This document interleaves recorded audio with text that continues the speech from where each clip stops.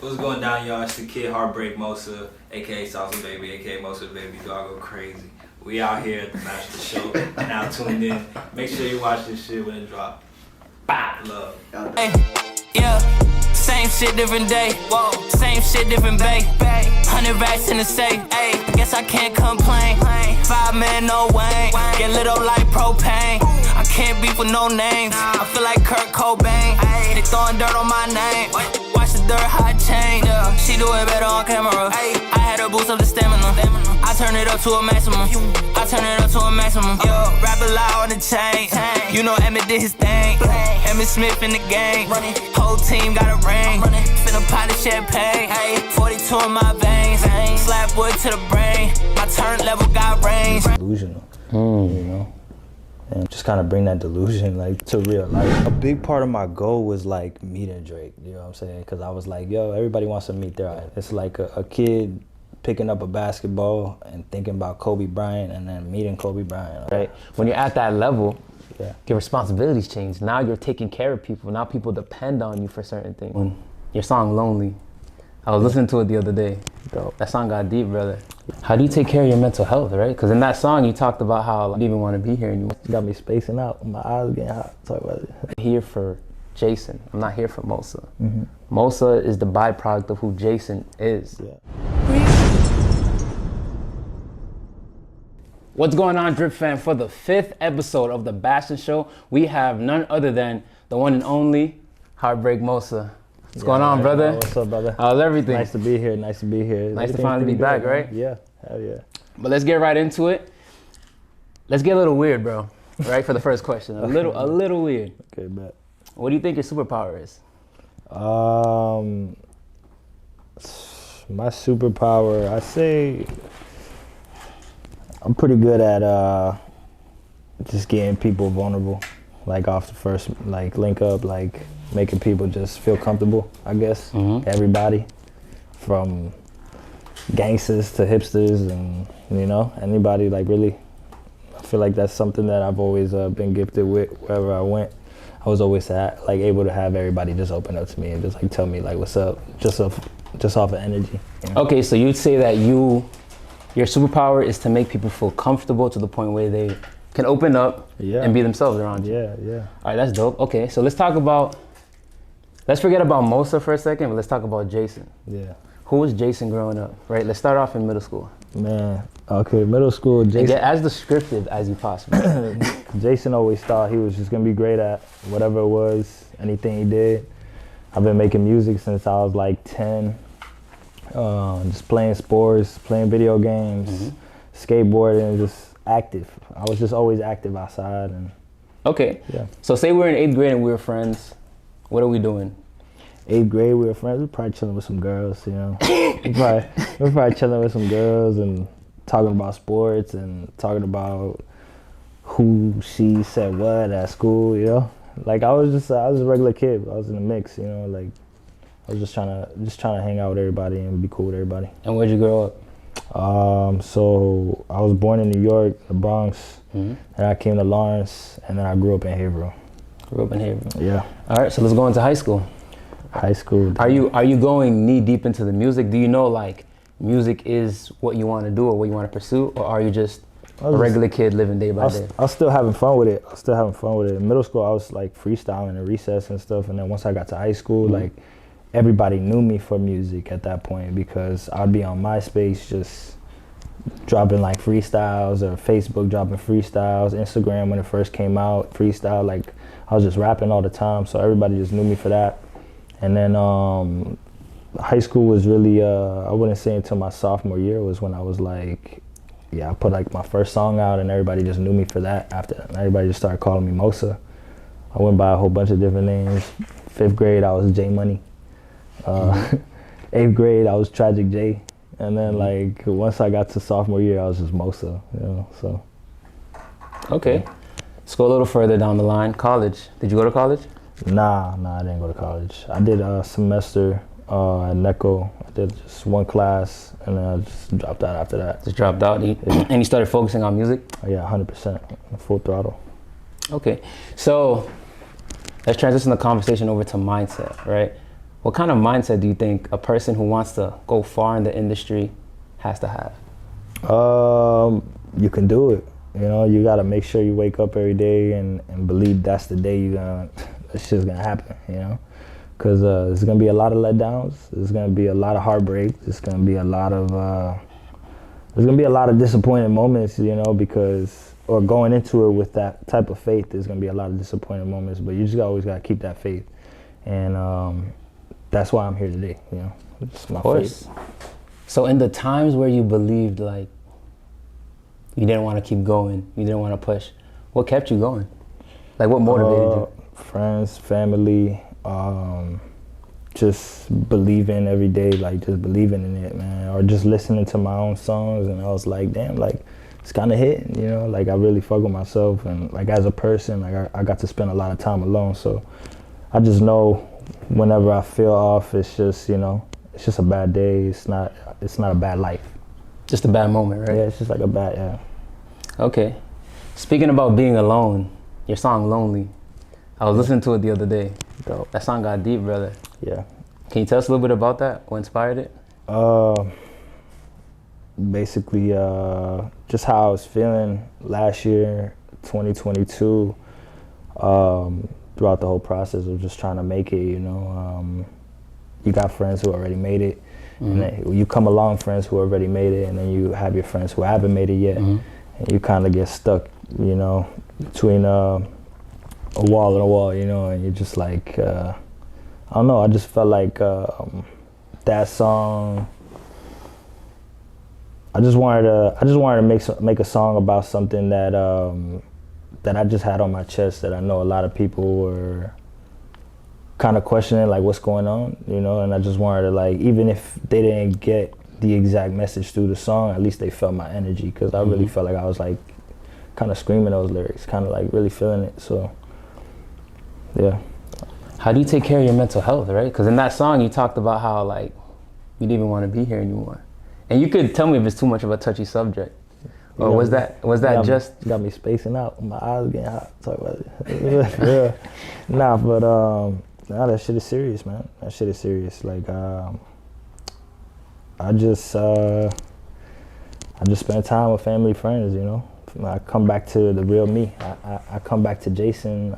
I get on the game, I'll play Xbox, chill, you know, just do some regular shit, you know, go outside, like talk to my mom, talk to my dad, like I'll go for more walks.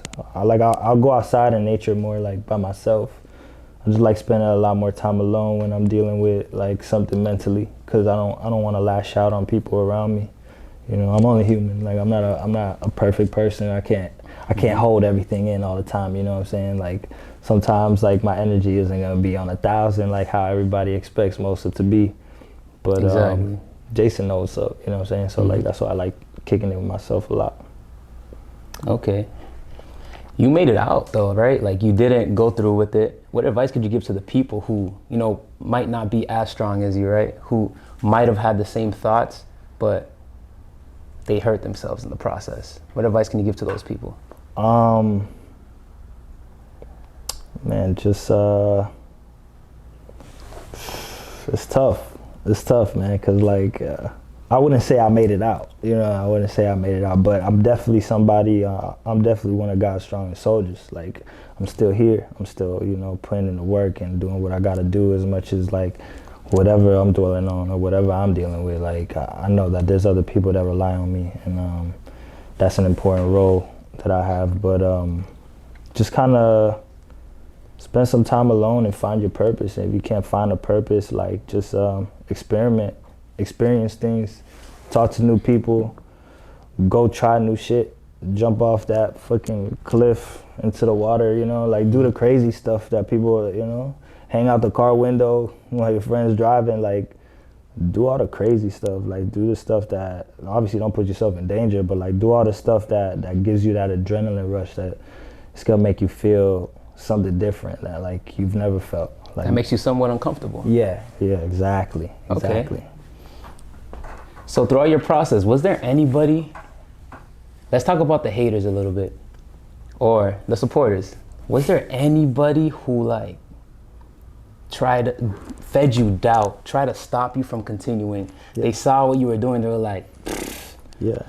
that's Mosa, but I know the real Jason. Yeah. Did you have anybody like that in your life? Yeah, of course. Yeah, to this day, you know, like people try to hit me with that, but it's just like, nobody could really tell me nothing because like I still have like my day one friends, like, you know, like Nick's helping like manage me now, and I have my boy John, my boy Amo, my boy Tyler, like everybody that's around me is like day one friends that didn't feel that way about me. You know, day one people in my life that didn't feel that way about me.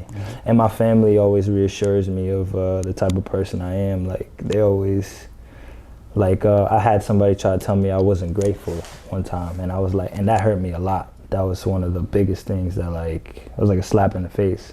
I talked to my mom about it and she was like, you've always been grateful your whole life. So like, don't believe that, you know, that's just somebody trying to knock you off your, whatever it was. And I was like, nah, that's true. Like, but I just always reside back to the people that know me best when people like that talk, you know, because dealing with depression and stuff like that, like you tend to fall for what people tell you. You're like, damn it, am I really not grateful? Am I really that type of person? You know, but that's just that voice in your head that tells you those things. But then you go back to your friends and your family and they're just like, nah, bro, like know who you are, you know? So yeah, definitely deal with those things, people talking like that, but it is what it is. It is what it is, and it's dope that you kept persevering, right? You kept going regardless. Yeah, I had a goal. Everybody who gets to that next level has those individuals. And sometimes like it's dope because you had like your parents to reassure you, your friends, but there's a lot of people in this world that their parents and their friends are the people that are trying to hold them back. Yeah, I mean at one point I felt like it was like that, you know what I'm saying? But it's just like, you gotta force them to believe. Like, you gotta force people to believe in you, you know? You gotta really, you gotta earn that shit. You know, like my parents always wanted me to go to school, you know, and they didn't want to believe in this until they saw me perform the first time. When they saw me perform the first time, all it took was my one opportunity to prove them wrong, you know, and sometimes it takes longer for other people. Like it could be somebody who isn't the richest guy, or it could be the richest guy in the world. Like you might get somebody's respect and honest opinion about you and stuff like that a lot sooner than somebody who doesn't really even have much to offer to you, you know what I'm saying? But it's just, it is what it is. Like,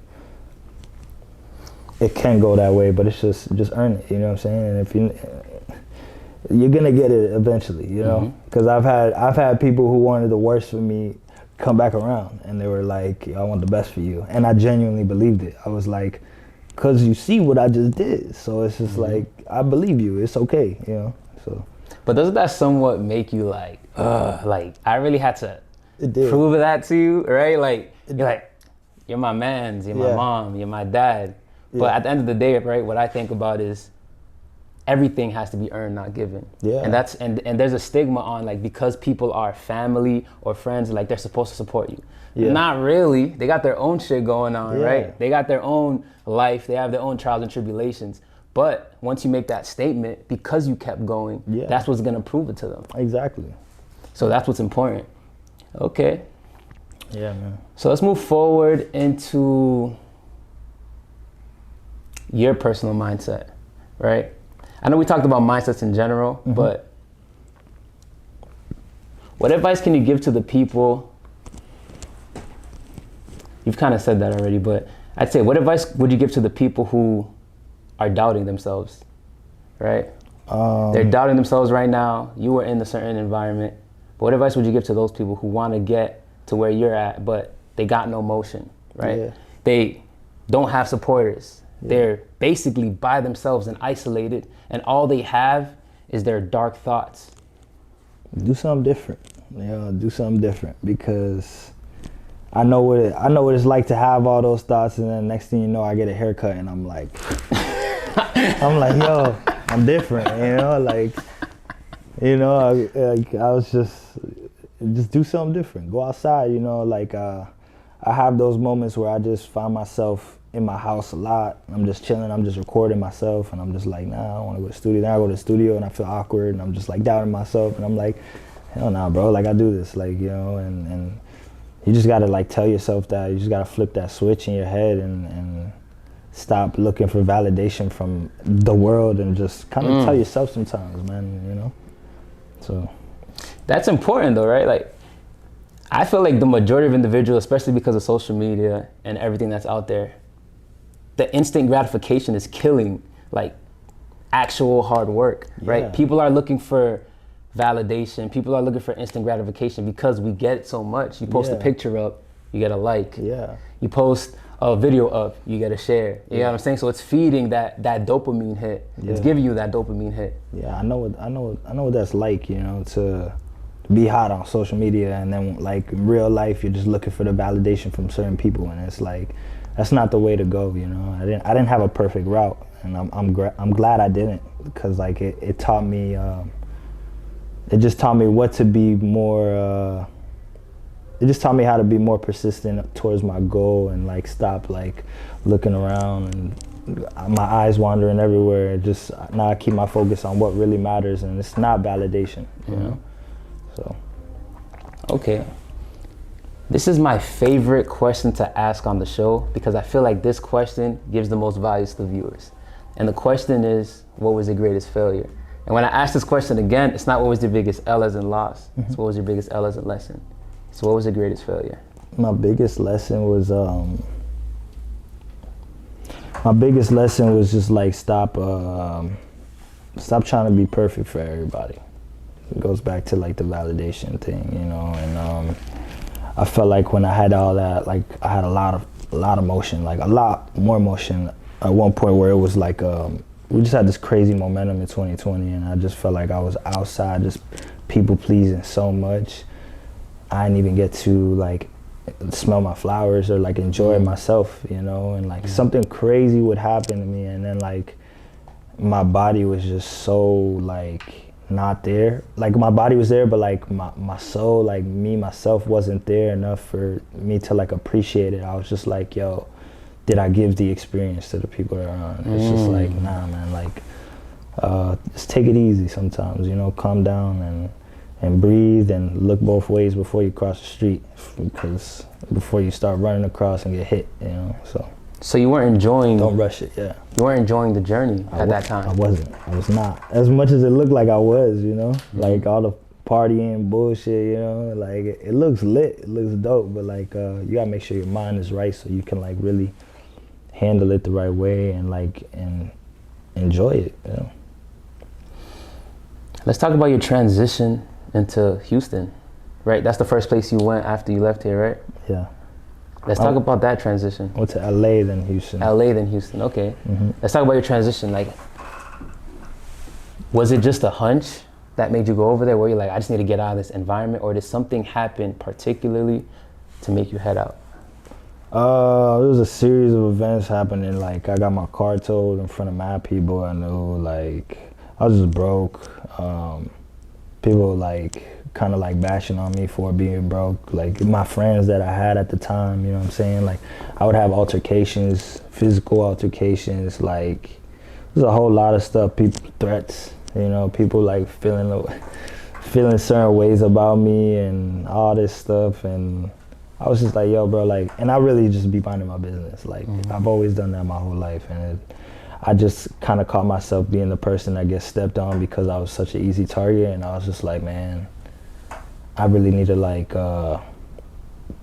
do something crazy, like, different to separate myself from, like, all of this. Like, I can't have nobody, like, ever, like, disregard me or, you know, or look at my character. Like I couldn't let people paint the picture for me. So I was like, yo, it's time for me to make a move and paint it and present it and like, yo, this is who I am, you know. So I just made that move, and I broke up with my girl at the time, quit my job. Like I was just so like I wanted it so bad, like I needed it, you know. Like I needed to get there, I needed to do it, because I didn't know what else I was gonna do. Like when I went to college for that first semester, like I only went for one semester, took one class, and my teacher ended up calling me Mosa, and that's really what made me drop out, because I was like, the hell am I doing here? You know what I'm saying? Like even you know me for what I want to do. So,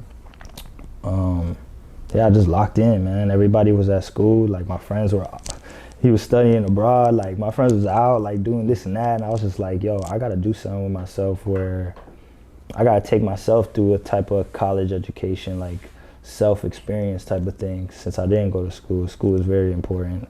So I just had to make sure I was learning. So you went through some type of like self-exploration, right? Yeah, man. Yeah, I had to find myself. Spent a lot of time alone in the same place. I felt like it was time to do it somewhere else. And do you think that's what a lot of people here, right, in this community is missing, or the surrounding communities? Like they're too comfortable in their environment, which is causing their music and everything else to be complacent? When it comes to music and when it comes to being a creative, yeah. When it comes to, yo, if it's not for you, it's not for you. But when it comes to being a creative, I definitely think you should step outside the box a lot of times. Like damn near your whole creative career has to be uncomfortable. Like you have to just put yourself in those environments, man. Like everywhere, everybody was going to LA. I was like, I'm gonna go to Houston, you know? And they reached out to me first, but something just told me, like, I was always iffy about people, especially online, but something just told me, like, yo, just do it. I went over there alone, and now everybody knows me over there. You know, and I came back, and I was like, all right, time for me to settle back again and plot. You know.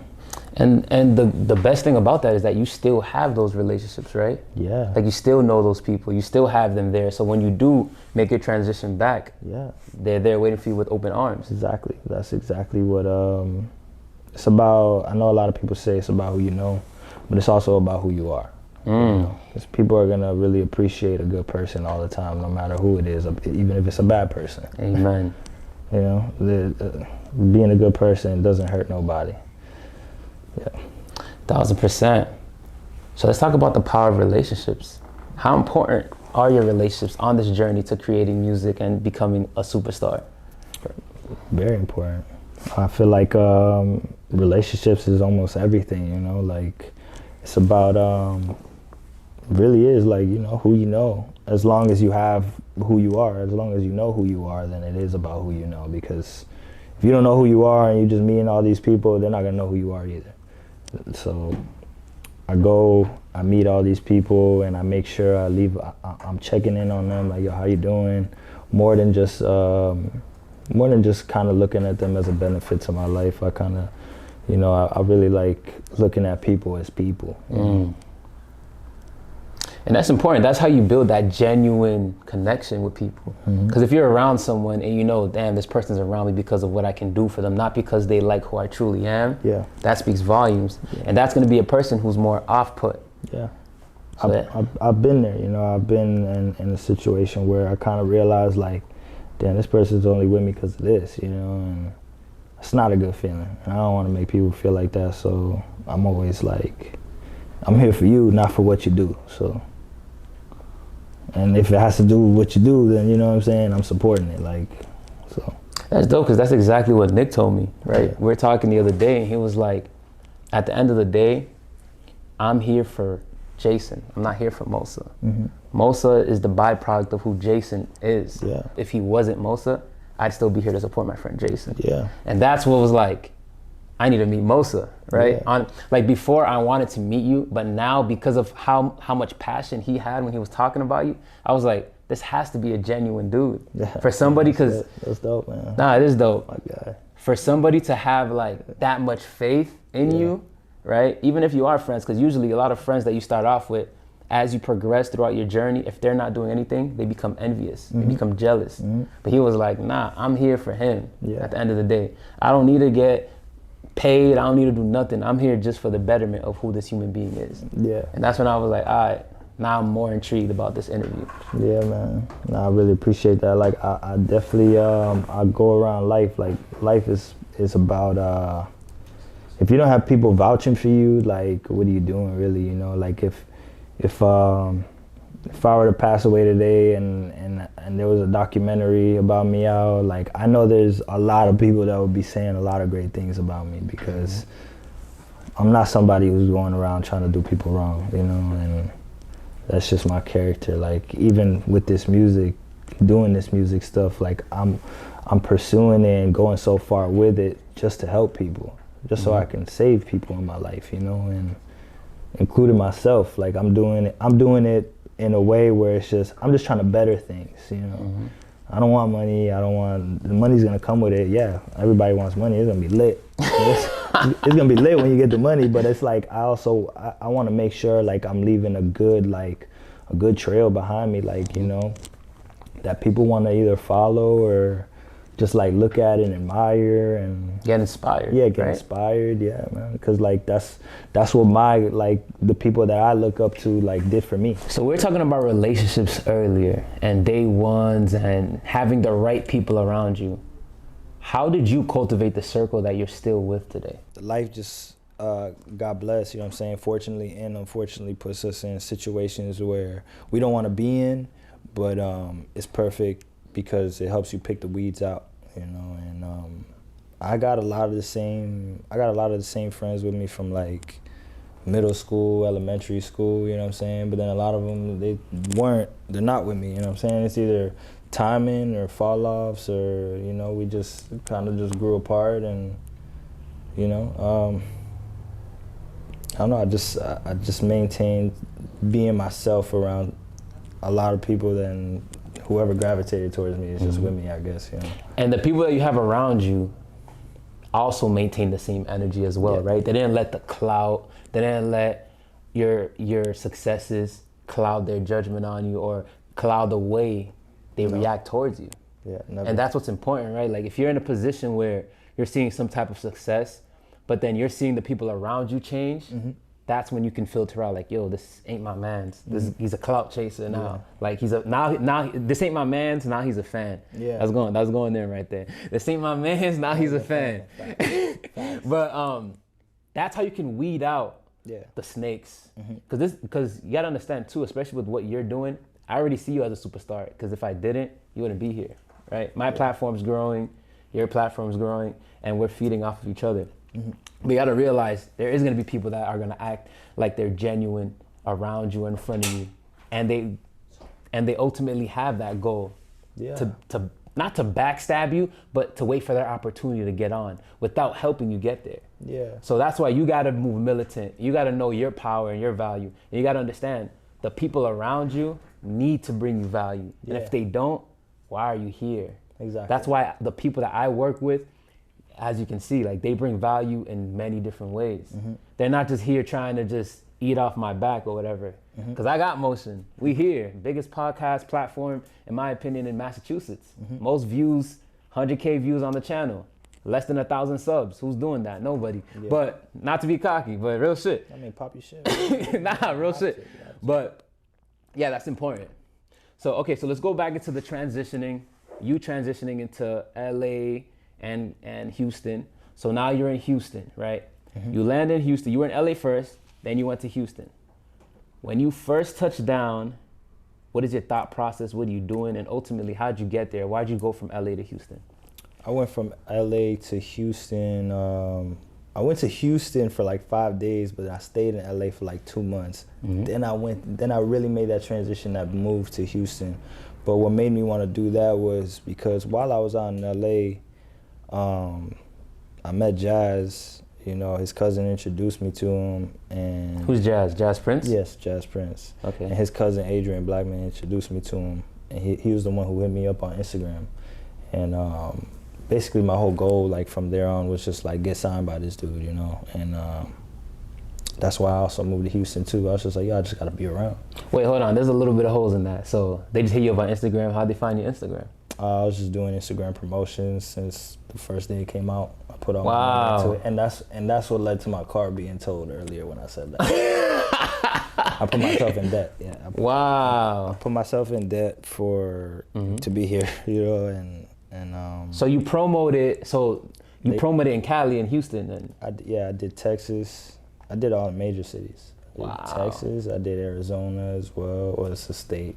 Texas is a state as well, but like anything that was within there, you know, in those areas, not only LA, not only New York, you know, also Miami, you know, anything that I thought personally was popping, or I've heard artists come from there that were popping, Atlanta, stuff like that. I was just like, oh yeah, I'm gonna try to make some noise over there, you know. So they saw they just saw me on Instagram, and I'm pretty sure they all like talked about it prior to having me come out. And then you know, I flew out there, and yeah, that's really like my whole purpose. Like from there, just going. The reason why I went to Houston from LA was just I was just like, man, I gotta stay around, cause like I've seen how quick people just come and go. People like all the time. I've seen it in my own city, like back home. So I was like, imagine with the world. So I gotta make sure I'm around. I gotta make sure I'm in people's faces. Like, you know, I didn't want to be a out of sight, out of mind type of person, you know, and that's basically what it was. Like I jumped into there just cause like I had a goal, I had a mission, and I feel like, you know, mission accomplished. You fulfilled it. Yeah, I fulfilled it. So when you first met him, what was your thought process like? I know I'm not saying you would have fanned out because, you know, he's a public figure, but what were you thinking when you met him? Like, what was your goal when you first met him and first seen him? I've never met anybody of that type of status before, you know. Like coming from where we come from, it's we were like, me and my friends was always the hottest shit in the city, you know. We was throwing the parties, like we were the ones that everybody wanted to be around, just hanging out and all this shit, and going from that to, we just liked having fun. And then like meeting somebody who does fun on a whole nother level was like, yo, you really the guy. And like, and he's just a real dude too. Like the whole family, it's just real. They like taught me a lot of different things on how to be a man, you know what I'm saying? Not only like, of course my dad did as well, but like they taught me like different types of things, how to move in the industry and all this, like how to react to certain people saying what, like, you know, when I was over there, like I would always talk to them about this person back home said this or just did this, you know, damn, like this person back home like trying to hit on my ass or some shit, like, and they'd be like, man, don't even, bro, why you worried about that? Like, boom, and then they put me on the game and like show me like really what I wanted to be on. So they were like mentors, right? Yeah, it was a lot. Father figures, big brothers. Big brother, father figures, all that, man. Like they definitely played an important role in my life. Friends as well, cause like I didn't have nobody with me when I was out there. I was just dolo. So I was just trying to like give everybody the realest me, so people could just do that back for me, you know what I'm saying? Cause I'm like, yo, I'm gonna just lay it all out right here, cause I need help, you know. So, and they helped me. So they opened up their arms. Yeah. Okay, so basically, you did a promotion. They saw the promotion. They were like, yo, I need this man to come to my city so we could take him under his wing. What song was it? Or what was the promo? Yo, take notes, y'all. I had this one song called Double XL, and then I had this other song called September that I did with my friend Montana, and like it was just buzzing back home, you know. And like all my friends were in college at the time, so they would just play it at their college parties, and we'd go. I made this song Jason Tatum. Jason Tatum commented on it, like his rookie year, like, and people were just like, I was always making sure I was building like this motion, this momentum to lead up to right now. And it just worked, man. It was just manifestation, just kind of made all this happen. Okay, so Jazz Prince signed you. Yes. Are you still signed to him? Yeah, I'm still signed to Jazz Prince. I'm just doing like more of my own thing right now. It's very lenient, you know. He lets me like just do my thing, man. He trusts me enough to build my own team, form my own mob, you know, back in Massachusetts, and in order for me one day to take him out and pay that bill like he just did for me all these years, you know. Now he trusts me. It's like training wheels off, go do your thing. So, and that's important, bro. That's how you build rapport with people. Like, yeah, I took you in, I showed you how to move, or I helped you out, and now like, yo, go be free, go do your thing, and when you come back, just pay back the deed. Exactly. It's important. I owe, you know what I'm saying? I know who I owe. Like I take notes, and I owe, you know. He's definitely top guy in there where it's like, man, he has my loyalty, my respect all the time, no matter what it is that we go through, if I'm on that contract or off it. So it's just about just being real, man, being genuine. Okay, so you met Jazz Prince. Who else did you meet within the industry? You do like a quick like name drop, just pop, pop, pop. Mike Dean, Drake, Anuel, Farina, Niengo, Quavo, Offset, Takeoff, Justin Bieber. Crazy. Justin Bieber was probably like the one where I was like, That's crazy. yo, like it was like Justin Bieber was on another level. Lil Durk, a lot of people, man. He's introduced me to, like, he's just cool with everybody in the industry. Like, everybody loves jazz, man. Like, he just minds his business, and that's why everybody just fucks with him. And like the whole mob, the whole family, like they just do their own thing. They have their own thing going on, and people just like that and want to, and it just kind of gravitates people towards, towards them just by doing that. And that's how I got there. But I just ended up like in the right rooms with Jazz. Every time I was just hanging out with Jazz, he was hanging out with. There was one time we were in a hotel in Houston, just like. We were in a hotel with Houston. We linked up with Offset and Quavo, and then we were in there. We smoked, and we all fell asleep. And like I woke up, and it was like so weird because I woke up. Offset Quavo passed out on the couch, Jazz on the seat across from me, and I just really like. I was like, yo, I just took a nap with these niggas. I was like, yo, what happened? Like, and then after that we left, and then we went to go link up with like some crazy shit, like, like I don't know what it was, but being around Jazz is different, man. Like people just love Jazz. So but you know how insane that is what you just said, right? Yeah, like bro. Quavo, Offset, like we're watching them on the TV every day, bro. And you said you smoked a blunt and knocked out right next to them. I mean, there was plenty of times, but like that time when it happened was like I was really like mind blown. Like I woke up and I was like, damn, like we really just got smoked out together. And that's crazy. And I got up, I didn't say anything, I just left. I was just so like, what the fuck just happened? But that's a different level of like companionship. Yeah. Or like connection, to be honest. Like for you to smoke a blunt, I mean, I know for a lot of, I don't smoke, but I know for a lot of people, like when you smoke a blunt with someone, it's like you're sharing a piece of yourself with them. Yeah, of course, and like I said, it has to just do with like, I just be minding my own business, man. I don't say too much when I'm around. I don't do too much. I don't try to. There's so many rooms I've been in life where I could have pulled my phone out, and I didn't. And I'm just so glad I didn't pull my phone out. And people were like, "Yo, you didn't get a video of that?" And I'm like, "Nah." But I lived through it. Like, Chris Brown. That's one of the biggest, like, meeting Chris Brown was probably like the craziest thing too. Justin Bieber and Chris Brown, but going to Chris Brown's house, all that shit, I didn't document any of that. I don't have no video, none of that. It was like 4 a.m, we were in LA, I was recording in Jazz's studio. Everybody's sleeping, he comes upstairs, he's like, yo, we're going to CB's house. I was like, damn, I'm smoked out right now. Bro, that's crazy. Yeah. Like, you're speaking about it so casually, but that is insane. That's Jazz's life, bro. Bow Wow, you know what I'm saying? Like, him and Bow Wow grew up at the same age, same time together. Like, it's so funny, bro. Like, Tory Lanez, like, literally everybody. I've met everybody that I've seen on TV that I aspired to be at one point, and I was like, damn. And everybody has lived up to exactly what I thought it would be, What advice would you give to the people when they do get into those rooms on how to act? Like, how would you advise someone, like, say they met the right person, they got into the right room. What advice would you give to the person that is not experienced in that facet? I say myself, I was a little too shy. Like, I'd be like, I wouldn't say nothing.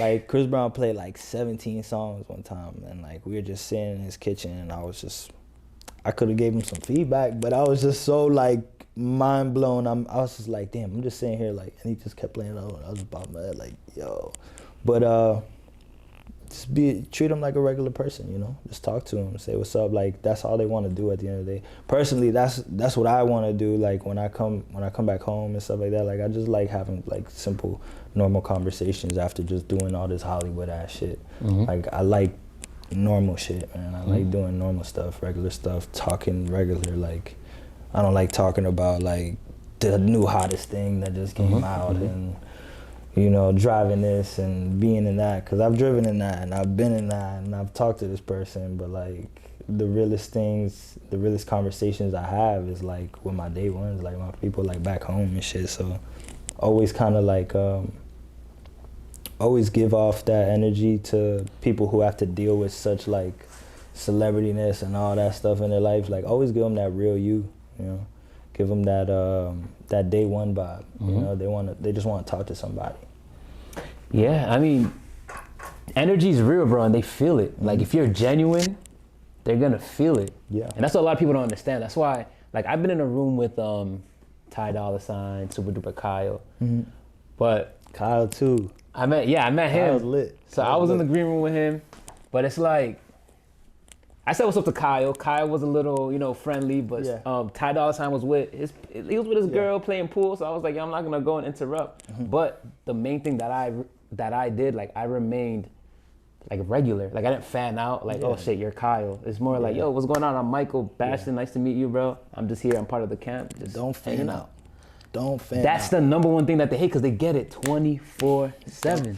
Don't fan out, man. Don't fan out. Like, I mean, it's not a bad thing either. Like, some people would just be like, it depends who they are, you know. I think it's a bad thing. Personally, if somebody fanned out in front of me, like, I've seen it before, and like, I just be laughing. I'll smile. I appreciate it. I'm like, yo, that's lit. Like, you feel that way? I'm fanned out that you fanning out right now. Like, I become an even bigger fan of the other person. I'm just like, yo, nah, like, you got my attention now. You know what I'm saying? I fuck with that, but like, not all the time. Like, not when I'm in my house chilling. You know what I'm saying? Like, people don't want to do that when they're chilling in their hotel room. You know what I'm saying? Smoking with each other and stuff. They don't want to hear that type of stuff. Exactly. Or when you go into Chris Brown's house at 4 in the morning, they don't want to hear no fan out stuff. Like, he's just talking to the homie. He's talking to Jazz, like, chilling. So, you know what it's like to, like, your friend invites you somewhere and you don't know anybody but your friend.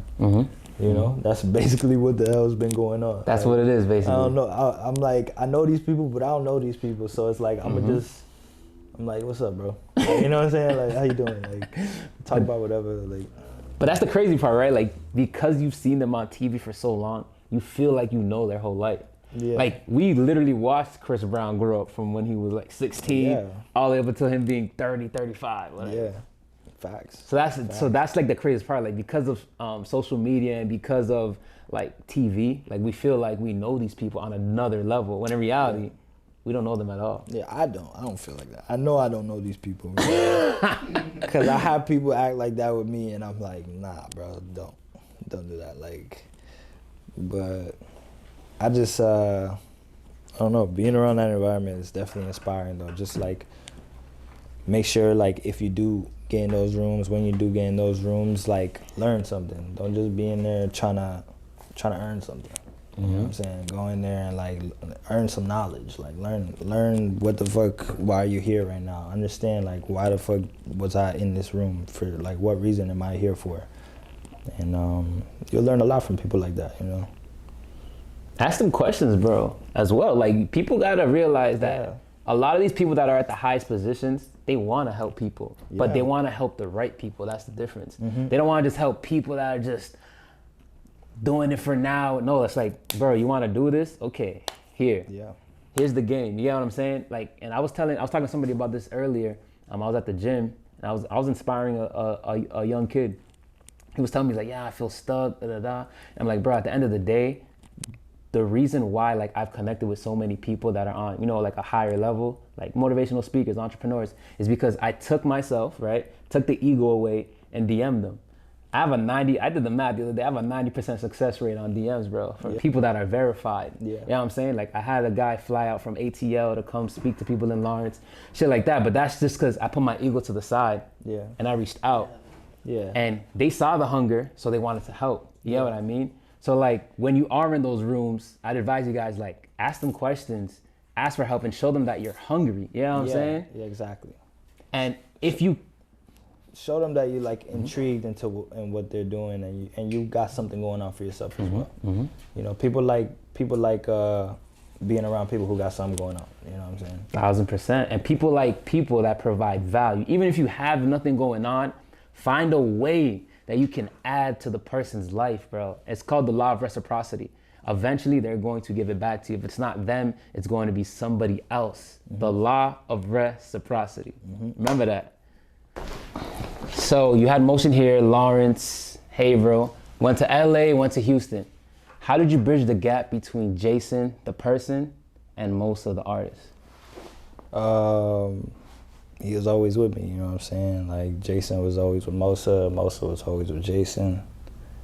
Whether it was the good, bad, or the ugly, sides people didn't want to see, or the sides people wanted to see the most, like, it's just unapologetically being myself the whole time. And even when it was like Jason shouldn't be showing up sometimes when Mosa's in the building, you know what I'm saying? And like he still would. And like, you know, like I'd be in the club, my social battery's out. I'm like, yo, I'm over it, you know what I'm saying? And then people would be like, yo, you gotta get active, you know what I'm saying? And I get back active and stuff like that. But I always knew who I was, always myself. Even in Texas, I'd still be playing Xbox, you know, I'd still be on the game and doing what I love to do, you know, trying to play some sports at least, like go out with the homies, like do something. Like I always did stuff that I would try to bring back anywhere I went. I would try to bring back something that I would do at home, like over there, wherever I was. Okay, to make it feel familiar, Yeah, like so, it was at home. Yeah, like so I can like learn how to like bring home with me, like walk anywhere I'm at is home. You know what I'm saying? That's what I was trying to learn. So, just, you know, always even if it was the good habits, the bad habits, like I was always just doing me, doing myself. And I would try to like get my new friends that I met to do things that me and my old friends would do. Like we would ride around and smoke, you know. Nobody really does that, just drives around and smoke, like over there, like people I would hang out with. And one night I just took everybody out. I was like, yo, let's go on to BC. And they were like, how's a BC? I was like, a blunt cruise. That's what we would call it back home. And I was like, we'll just go this certain way, I'll drive, and we just play music and just smoke, talk, you know what I'm saying? And they were just like, man, I'm trying to smoke in the house. I was like, damn, so I didn't get to do that. But you know, I'd always try something, like whether it was sightseeing. I know Jason loves seeing views, you know, and most of it too, but like that's Jason's thing, you know, like I like going to the mountains. So I would try to see something cool. I'd go to the museum in Houston, like the art museum, the science museum, like just do things that I like doing, man, you know. And I knew I wasn't, as much as I gave myself to the people and like everybody, like I knew when there was some downtime for me to be myself, I was gonna get on Xbox, I was gonna go to the museum, I was gonna go see that view, I was gonna go talk to these people, you know what I'm saying? Like go out to eat alone, like stuff like that. Like I had to keep doing those things in order to like stay sane, you know? So. And that's important, right? Makes you feel at home, makes you feel familiar. Okay. The next 5 to 10 years, where do you see Mosa? Who's Mosa and who's Jason? Next 5 to 10 years, I don't know, man. I definitely see myself in Paris at Fashion Week, you know, like something cool, something different that I've always aspired to do since I was young. Like it's still the same manifestations, you know what I'm saying? Like things are getting done along the way. I'm just like the picture's just getting like there's details being added to the picture like as the days go by. So I guess my next vision is just like Mosa overseas, you know, like Jason with his family, like celebrating my mom's birthday overseas, or taking my dad to go watch this UFC fight front row. Like that's really where I see myself and what I see myself doing, just enjoying the fruits, you know. Oh, okay. Yeah. You just dropped a song yesterday, right? Yeah, I did. It's called Love the Hustle. Talk about it. I made it in 2020. And yeah, man, like that song was just, it was a time where I was, I forgot where I was. I don't know if I was back here, but I went to Houston after some time, like being away from there. And then it was the first song I recorded, and everybody was like, damn, like, I just wanted to talk my shit. It was just really a song for me to talk my shit in and talk about how much I loved what was going on, you know? Like, everything about it, you know, whether it was the shit I was dealing with or how I was feeling in the moment, the shit I just went through, like what's next, what's to come. Like I just wanted to like put out an energy that it's like no matter what you in, it's game time, and like love that shit. You know, I wanted to put out like a hoop mixtape type of song. I felt like I was in a hoop mixtape. Like I was just really like reflecting on a lot of shit I did, and it felt like a hoop mixtape. Cause I was like, damn, like I was really scoring, doing this and that, you know what I'm saying? And I guess that was a moment where I got to like sit in the booth and smell my flowers and talk my shit on the song. Okay. So let's give the audience a little insight on your recording process, right? Mm-hmm. You've been making music for a very long time, Mm-hmm. but like, what is your process in regards to making music? If somebody wanted to get into it, obviously they're not gonna do the same thing that you're doing. They're gonna do their own thing, but give them a little sneak peek as to what you do when you're recording.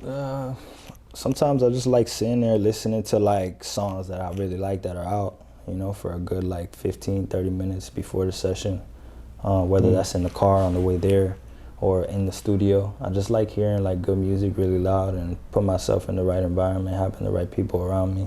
Maybe smoke, depending on how I'm feeling, maybe drink, depending on how I'm feeling, you know, and just get to it, like really just get straight to the beats and let the beat like do the talking for me. And lately that's what I've been on. I feel like prior to that I was kind of like, I knew what I was gonna go into and what I was gonna say, and just give me a beat, I'ma do it. But like it always switches up for me, you know what I'm saying? I kind of look at my recording process like a bedroom, like you always gonna switch it around every 6 months, you know, so. Right now, for me, I'm just letting the beat talk to me every time. Like, I feel like everywhere I go, I'm just seeing numbers lining up and stuff like that and shit. Like, I'm just kind of just trusting whatever God just throws at me right now. And, you know, even if it's a beat, like, you know, like, I listen to it and I'm like, what does this remind me of? What does this sound like? And I'll just do that, whatever it's guiding me to. I feel like I'm, like, I don't know, I feel like I'm in control right now of my body, but like I just you're letting destiny take its course. Yeah, man. So you're kind of like tapping into the feeling of what you hear. Yeah. You hear something and now you're like, what do I feel? Yeah. I made a song about my mom the other day, and like shit, a lot of music I just talk about girls, and you know, Lonely was one of those songs where I got to really touch on like what the fuck I'm going through, you know, and like that song made me want to just like make music about, you know, just real things people fuck with. And I was like, I heard this beat and it just made me think about my mom, and I was like, you know what, I'm about to make a song about my mom that everybody could like relate to. And that's something I haven't done yet, you know, so it just changes every time, man. That's the dopest thing, right? It keeps you in that creative process. Like it keeps you like, today it could be this thing, tomorrow it could be that thing. Yeah. So it keeps your mind going. It keeps you in motion. Yeah, man, like when it comes to my recording process, I'm not superstitious about anything. You know, I like changing. I like changing it up. If it doesn't work, then I know not to do that type of thing. And then, like, if I smoke too much and like I didn't get to record anything, I'm not smoking. I'm not smoking again the next time. You know, drank too much, or if we had too many people in the session, like conversations were going on too long. Like, you know, I put an end to it. I'm just like, yo, that doesn't work. Like, this was what works. You know, so there's so many ways. There's so many ways to record. It's like, why not keep it fun and try every single way, you know? Writing process as well. My writing process is a little different. I don't like writing in the studio, but I just did the first time in a long time the other day. And I wrote one of my best songs, but it was just like life was just kind of like making me not do that for such a long time to build up to this right moment for me to write this song about my mom, you know what I'm saying? And it came out dope, it came out fire, and I feel like it's one of my best songs now. And it's like, as soon as my recording process changed, it's always for the better. And most importantly, it came out genuine. You can't fake the feeling about your mom. No, hell no. You can't fake the feeling about any of this. You know, even you could just tell, like, if you don't, you could just tell, man. You can't fake the feeling about any of this, man. I want to double back on something we talked about earlier, just because I had a couple questions about it. What do you think separates all the famous people that you met that are at the highest level in regards to what they do? What do you think separates them from the average person, right? Like being around them, like what did you learn from their mindset or who they are? Like what do you think separates them from the average? I mean, it depends who you like talking, really, you know what I'm saying? Like, I've met a variety of people who are at a high level, and they all kind of are separated in their own way, like Chris Brown and Drake, you know? Like, they have the same profession, but they're both separated in their own way, where something works for them this way, and this is how they stick out, to something works for him this way, and this is how it sticks out that way, like.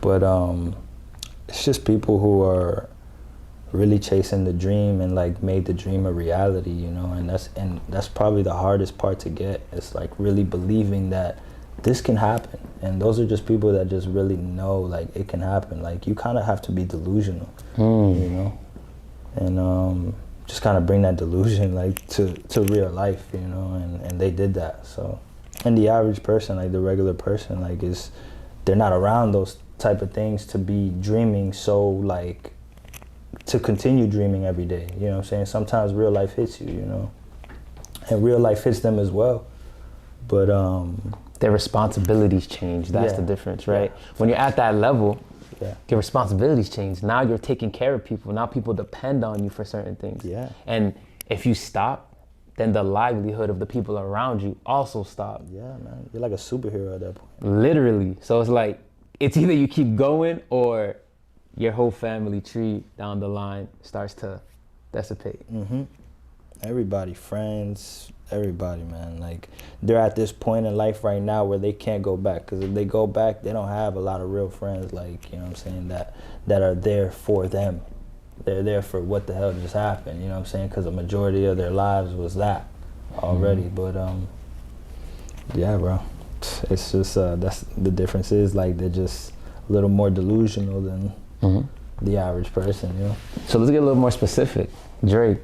Yeah. I know we haven't brushed upon. I know you mentioned him briefly, but you know the question was coming. Yeah. I already know. Obviously, Jazz Prince introduced you to Drake, but how was he as an individual? Who is he as a person? Most importantly, how was his mindset? He's a real guy, man. Like first encounter with him, he gave me a hug, told me he was proud of me, and I was like, damn, like that's crazy. Like, you know what I'm saying?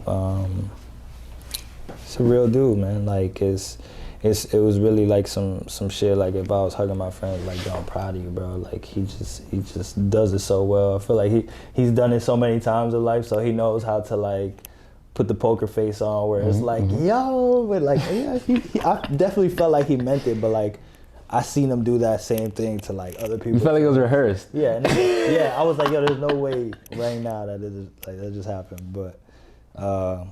Everything that I thought this guy would be, you know what I'm saying? Like, it's really, I look up to him a lot, so he lived up to exactly what I thought it would be. He's a real dude, he's my idol. And yeah, man, Jazz introduced me to him, and I remember the day I signed with Jazz, he got Drake on live, and Drake was like, oh, this shit's hard. I tried to play it off, and like I was like, Luz, bro, but I was tweaking. I was like, yo, can you just said I'm hard, you know? Bro, that's crazy. Yeah, man.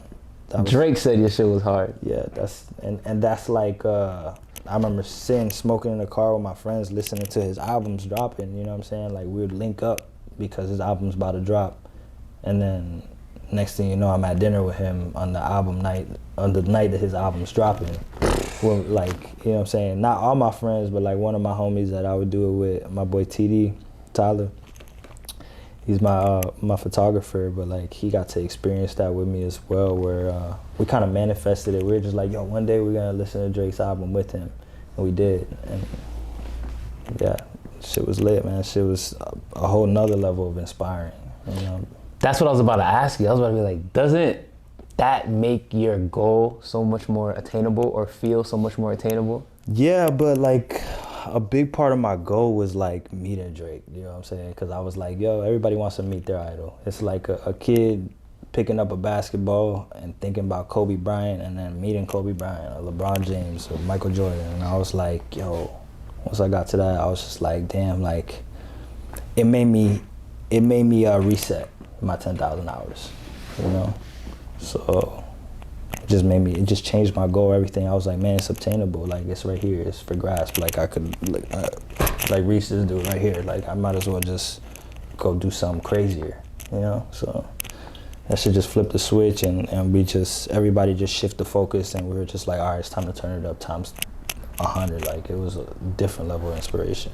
That's the thing. Once you get to a certain level, once you grow up to a certain level, you can't go back. Yeah. So that's the thing, right? So now you met Drake, right? You've been around these people. Now it's like, what are you gonna do next, right? Yeah. Where are we going next? let's go. Like, we got to turn it up. It's about impressing those people. You know what I'm saying? It's not to be impressed by those people. Like, they've already made that impact on you. But it's like, how can you give this guy a good idea? You know? So that's my goal right now, is to like have everybody I look up to, Mike Dean, everybody like reach back out to me, double back on me. You know?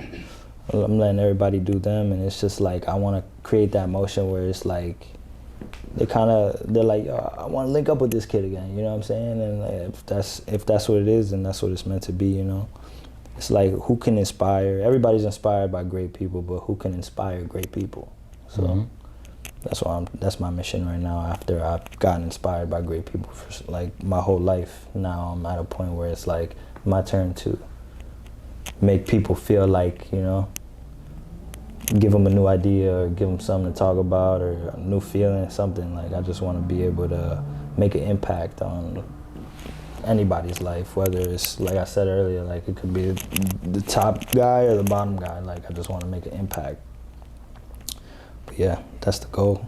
That's the goal right now. That's what really changed after meeting him. It was just like, all right, like, you got me, bro. So it's like, now it's time, like, we'll cross him up one time. Like AI, when he met up with Jordan right at the top of the three, he crossed him up.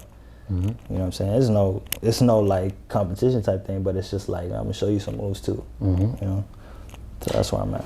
And the craziest thing is that you're on their radar now, right? Yeah, of course. Like, they're looking out for you. They're looking to see what you're gonna do next. So yeah, that's a great bar. It's nerve-wracking. It's nerve-wracking. I know. I can see your body language now. That shit nerve-wracking, because I'm like, yo, like, I gotta make sure I'm saying the right things when I'm in interviews. I gotta make sure I'm doing the right things when I'm outside. You know what I'm saying? I gotta make sure I'm leading my people the right way. Everything, you know. And but I know I'm built for it. But at the same time, it's just like, you know, I care so much. I want to make sure I'm doing it right. So, I mean, if you lead with your heart, you lead by being genuine, everything's gonna work out. You know what I'm saying? Exactly. You gotta lead with love, man. Exactly. That's what we've been talking about all day. It's like, love conquers all, you feel me? Yeah. Like, if your heart and your mind is in the right place, then it's gonna fall into place. That's kind of how life goes. What do you got cooking up? What do you got for us? I'm working on my next project right now, album number 2. Wanted to be a lot more sentimental. Like, I want this music to be a lot more eye contact, like sitting there talking about it, like really, like people, like when people hear it, it just feels like somebody being vulnerable to you. You know what I'm saying? Like, that's, like I said, brought that up earlier. Like, my power is like being able to have people to just be vulnerable with me off the rip. So it's like, it's only right if I put that out as well. And I feel like my first album was a lot more industry. I got to do my pop songs, my rap songs, my like R&B stuff, but like this is more like songs like Lonely.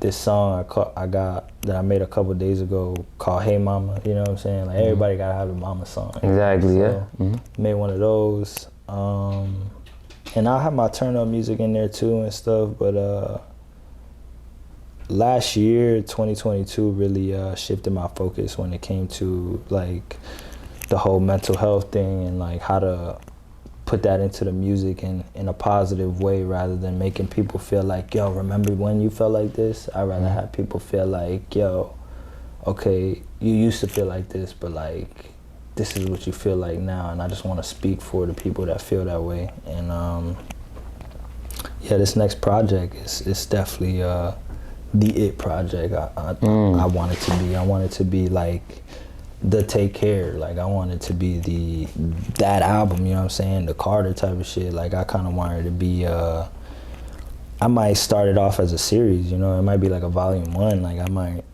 just take it more further into another level with it, but I just want to get more real with the music, man. Like, I just want to show my creativeness this album, production-wise. It's going to be. So that's something I always like to correct on the show. When somebody says I want, it's like, nah, it's going. It's going to be, yeah. We got to speak that into existence. Nah, it's going to show, it's going to show you more creativeness, more in-depth of my life and who I am as an artist. And Yeah, man, that's the goal right now. It's just being as real as possible with this music rather than just doing what everybody's doing right now, you know? And there's gonna be some songs that, yeah, it could be some up-tempo songs in there that could be about like whatever's going on in life right now, the fun stuff, the turn-up stuff, but like the ones that are gonna stick out are really going to stick out on this project. Okay, so it's gonna be basically bridging the gap between you as a person and the community in regards to being vulnerable. Yes, yes. And every artist needs that, because those are the albums that people genuinely feel. Those, like, and like you said, that's the take cares, right? The take cares. I still remember the time and the feeling I was in when I heard Take Care. Yeah. Like, it brings me back to that time because of how sentimental and, you know, real it was. Yeah. So like this next album I'm excited for is gonna be big for you. Yeah, man. Because the industry bops, they're cool to listen to, but there's not much substance there, right? Yeah. I want to make a classic, you know. I want to make something that people are gonna bring up to me 5 years from now, 10 years from now, you know. Like I want people to, and I know people will do that with the first album, but I want this one to be like, as soon as you hear it, it's like, wow, like, okay, somebody took their time with this and somebody really put some love into it, you know? Like, you know, when your grandma cooking, you know what I'm saying? It's like, it's different. There's some love in there. Your mom cooking, there's some love in it. It's different from going out and getting it somewhere else. For sure. And up to date, what's your favorite record? Favorite record of all time that you've made? That I've made? It always changes. But in this season, released or unreleased? Released. I say Loyalty or Lonely. Either two. Lonely was hard. Yeah, Lonely is because like I got to just, Nike Tech. That's like that's some like OG fan stuff. But nah. I say Lonely or Loyalty, but Lonely. Leaning towards more Lonely. I heard before you came here. I played that song 3 times. Yeah. Just because I felt it. Like I heard your other music, but when I stumbled upon Lonely, I literally like the people next door here. They're gonna be like, "Yo, why is this guy playing the same shit over and over?" But like, I was like, I'm not going through that per se, but I run a men's mental health group where a lot of men are. You get what I'm saying? Yeah. So it's like, I felt that, like I feel their pain when they talk about it, and everybody has those thoughts. Yeah, we're gonna drop that song in the episode, bro, so y'all can hear it. We'll continue. But yeah, man, definitely that's what I wanted it to be. I wanted, like, even if you weren't feeling like that right now, you feel it though. Like you understand where I wanted to be. I wanted to just be an understanding from people who deal with those type of things and people who don't know, or people who know somebody who deals with those type of things and thinks that, because right now I feel like before I put that record out, I felt like I was going through a period in time where people were kind of confused as to how I felt about them. And sometimes, you know what I'm saying, like I love you, but like I'm going through something, you know what I'm saying? And I wanted to put that song out just so people understand that, and people understand that there is somebody in their life that's gonna listen to that song and be like, yo, I know exactly what he's saying right now. Feel this, you know what I'm saying? And then you could be sitting next to your boy like, damn, I didn't know you were feeling like that. Or like think about somebody who's feeling like that, you know? And it's just kind of, just watch how you talk to this person, or watch how you feel about this person, and don't assume about this person, because you don't know what they're thinking of, what they're going through. So everybody's going through a struggle you don't know about. Yeah, exactly. And that's why, like, when I think back to artists that I connected with on a deep level, like the Frank Oceans, the Little Uzi, like his mixtape back in the day. Yeah. Kanye West. Yeah. Oh my God. Like when I think about shit like that, it's like, bro, that's why I felt so connected. Like even if they put out an album now, if I don't even like it, I still give it a listen because of what they did in the past. And that's the effect that your music's gonna have on people. That's exactly what I want, because that's what got me here in the first place. Like those artists that made me feel like that. Yeah. And that's what I was saying earlier. And that's what I was saying earlier, like how we're looking at all these artists on TV, we're listening to their music, and we feel like we know them. That's exactly why. Yeah, right. It's because the music, right? They're telling us their most vulnerable shit over a bar, over a beat. they're explaining to us who they are on the song. Yeah, I agree with that. That's definitely the goal as to why I'm making music. You know, it's to people, because I know I'm putting out a positive message. I know I'm not a scumbag. I'm not somebody who's gonna be out here putting the wrong word out and stuff. Like, I know things that I'm saying and the reasons why I'm doing what I'm doing. Everything's for a reason. Like, it's gonna be an all full circle moment at the end of my career, but like, it's all for a good cause. So when I do songs like that, that's the reason why it's my favorite song, because it makes my favorite impact. 1000%. Is there anything else you want to tell the audience before you go? You can follow me on everything at HEARTBREAK MOSA. Listen to all my songs, just Mosa, M-O-S-A. Yeah. And at the end of the day, it's Bastien-Drip, the flyest in the city, aka the young intellectual. And Mosa, y'all already know what it is. It's a pleasure to be here. I love y'all. And we out. We out.